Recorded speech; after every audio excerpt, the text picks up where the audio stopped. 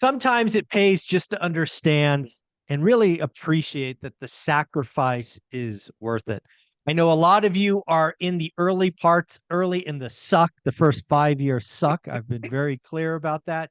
But when you get to that year 10, that year 15, and now I'm at year 22, it goes from sucking to good to great to amazing. So Omar and I thought we'd have a conversation today about those early struggles, about the sacrifice, and yes, folks, enjoying the rewards of said sacrifice. Just so you know it's worth it and it will work for you. Omar, how you doing?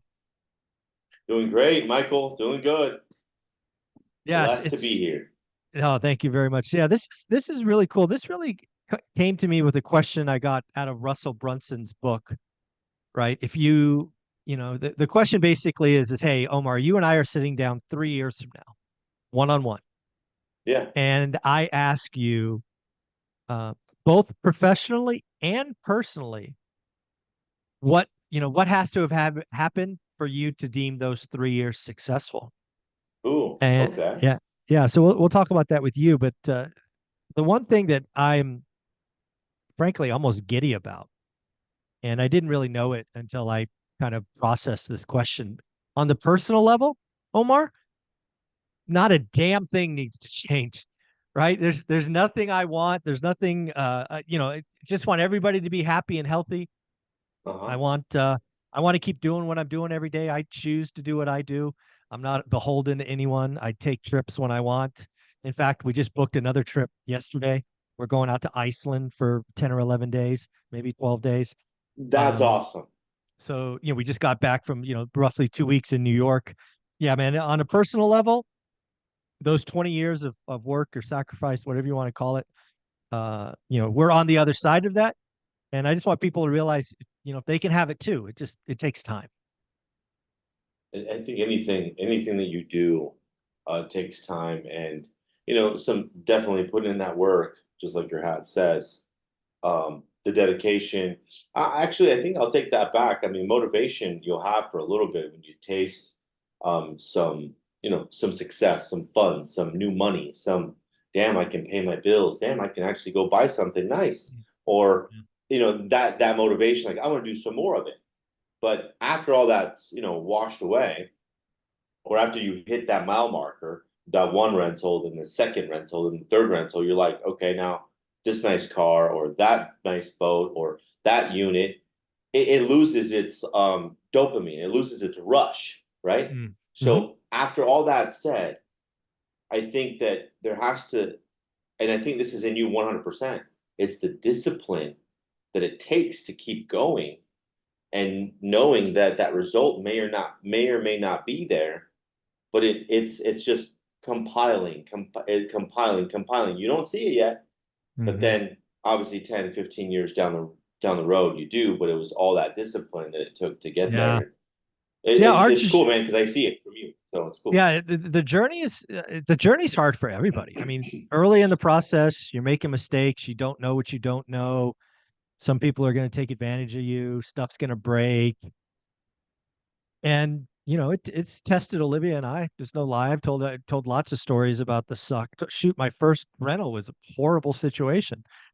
Um, but that first rental bought in 2002, if you look at, we put roughly 20 grand down, now 22 years later, because of cash out refis, 1031 exchanges, that 20 grand, it's morphed into five or $600,000.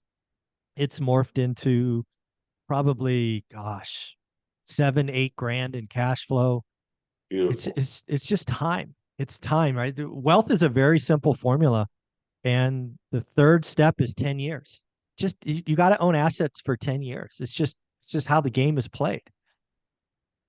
Now, okay, you got to own assets for 10 years, Michael. Now, is on a side note or segue into um, a question for you, is that Mhm. during that 10-year mark, if you don't have an alligator, you keep it. But if you do you sell it into something that might be a little bit more performing and then hold that one for 10 years? At what Yeah, point do you start upgrading within 10 years? Oh, certainly. You've got, yeah, our 10 years. I mean, we stayed rather leveraged. I think about 75% levered through the whole way via cash out refis or 1031 exchanges. But yeah, I mean, if you have a problem property, I still do this, right? We had a problem property for 3 years. We just sold it last year. It's like this one property of all of our units took up more than 50% of our time. Guess Ooh, what? We sold that bad boy. That bad boy's gone. So yeah, if you got a problem property that just can't go, and again, it was in an okay part of town. It was a triplex. It was a duplex in front, house in the back. It's all the stuff I loved, but it didn't work. It just didn't work for whatever reason. And I'm like, that's enough. One property is taking up half our time. We got to get rid of it. And I'm glad we did. But to your question about alligators, yeah, if you have one, and dude, you don't want alligators. They just eat you alive. If you have an alligator now, but you have a plan to improve it, like you're going to do some value add or rents are going to go up soon, maybe you right. can hold on. But yeah, if you've been grinding, if you have an alligator for 2, 3, 4 years, personally, I would sell it. I mean, it's just a drain on your capital. Um, you don't have to though. Like if it's a couple $100 and you got a good job and all of that, you don't need to take my advice, but I would sell it, right? If you're asking me what I would do, I will not buy or create alligators. It's just part of the process. So definition, alligator, something that's taking your time but creates cash flow, or is it something that creates some cash flow and you know that equity could be used somewhere else to triple or quadruple the cash flow? What is the alligator per se? Because it could be Yeah. two different alligators, one low Yeah. cost or Mm. low cash flow, but it just sits there, or Yeah. a negative one, Yeah. Yeah. So or for me, an maybe I don't know. alley, Tell me. yeah. So you're really asking two different questions. So we'll define I am. alligator first. Alligator, in my mind, is 100% negative cash flow. Like I tell the story in my book, I did a stupid cash out refi on our first property, and Norris Drive. yeah, Norris Drive, my mortgage payment was more than rent, so I was guaranteed to have a negative number every number, even if nothing went wrong. I was going to have a negative one. That's an alligator. So we'll talk about that. Then you're really asking about return on equity. Is Right. really what you're asking next. Hey, I got this little house. It's got $300,000 in equity, but it makes $200. I could take that 300 grand, put it somewhere else, and make $1,000. If you're in growth mode, which probably most people are, I would seriously think about moving the equity into the new asset, right? Because if you're in growth mode, you're in growth mode. Now where I'm at, just to kind of, some people's at the end of the cycle, I have many properties like that where the equity spread is huge compared to the cash flow. I'm not worried about it. I don't calculate return on equity. It's not something I look at. However, if I found an opportunity to go bigger, I'd 1031 again. So it's Okay. not something I drive myself crazy with, return on equity at this point in my career. But when I was in growth mode, yeah, that equity got moved, it got used because I was just trying to get the snowball bigger. Right. So you just got to figure out which game you're in. Well, that makes sense. No, I like that, Michael. And yeah, I'm seeing what you've done, and it's like I hate selling some of my Mm-hmm. assets. And it's Yeah. like, as I was asking you, it's like, damn, like I have all these somewhat decent deals with great debt, great interest debt, anyways. Right. Right. But also seeing where there's 190, 200K of equity that I can, like, you know what, let me grab that. Let me Mm, go put it somewhere else, even though I cost segregated it. So I'm mm, gonna have to pay recapture. I didn't 1031 because I have a ginormous carryover, right? So yep. it's like I'm Yep. playing this game. It's like, well, no, I need to get cashed out. I Yeah. got to get myself liquid Yep. and then make the decisions and be like, all right, I can take this $1,000,000 and make it into 1.5, you Yep. know, which is Yeah. That's faster than the cash flow. Oh, absolutely. Yeah. If you're in growth mode, which it sounds like you are, then you're in growth mode. It's a cut and dry example. And part of the job in growth mode is to make sure you're using equity to keep the momentum going. And sometimes that means you got Yep. to sell. And I never had a problem selling, right? I wasn't selling my properties because I was going to go take a $20,000 vacation. I was selling No, it heck because I no. saw the equity being better used, treated well. Today, I don't think about it, but I'm at a different stage. That's awesome. That's good, Mike. That's good. I mean, I like this, the delay gratification to get you what you want later. Um, it's that journey too, man, is like that discipline. You have to stay on track and not Yeah. like, oh, let me take my money and let me go blow it. And then you just lost YOLO. 4 or 5 years, you know? Oh, dude, But that is that, the worst. That is the worst thing. I have seen people do this.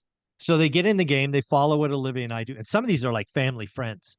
They right. get in the game, they start having some success. They're like at year 5, year 6. So they're past the hardest part. They're also seeing some return on they're also seeing bigger equity spreads.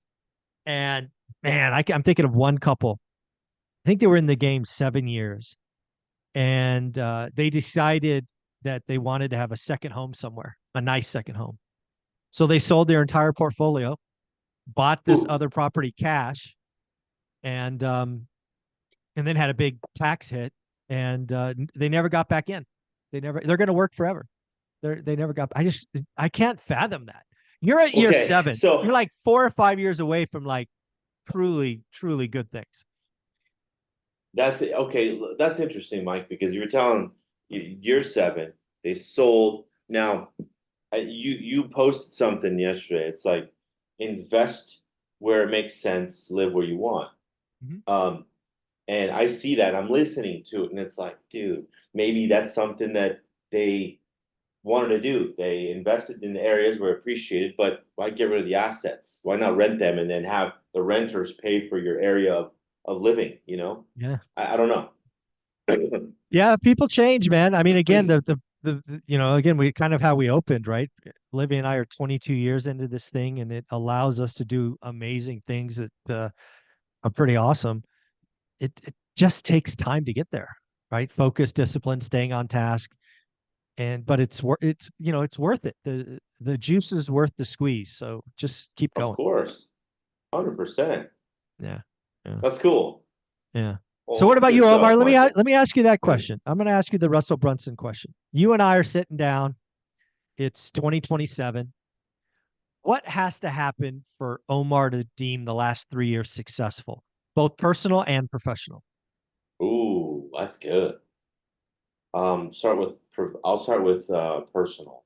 Sure. Um, Making sure that my kids, my 3 daughters and my little boy are solid, healthy, happy, content. My daughter is a year away from graduating college, at Vanguard, which is cool. So I want to see that.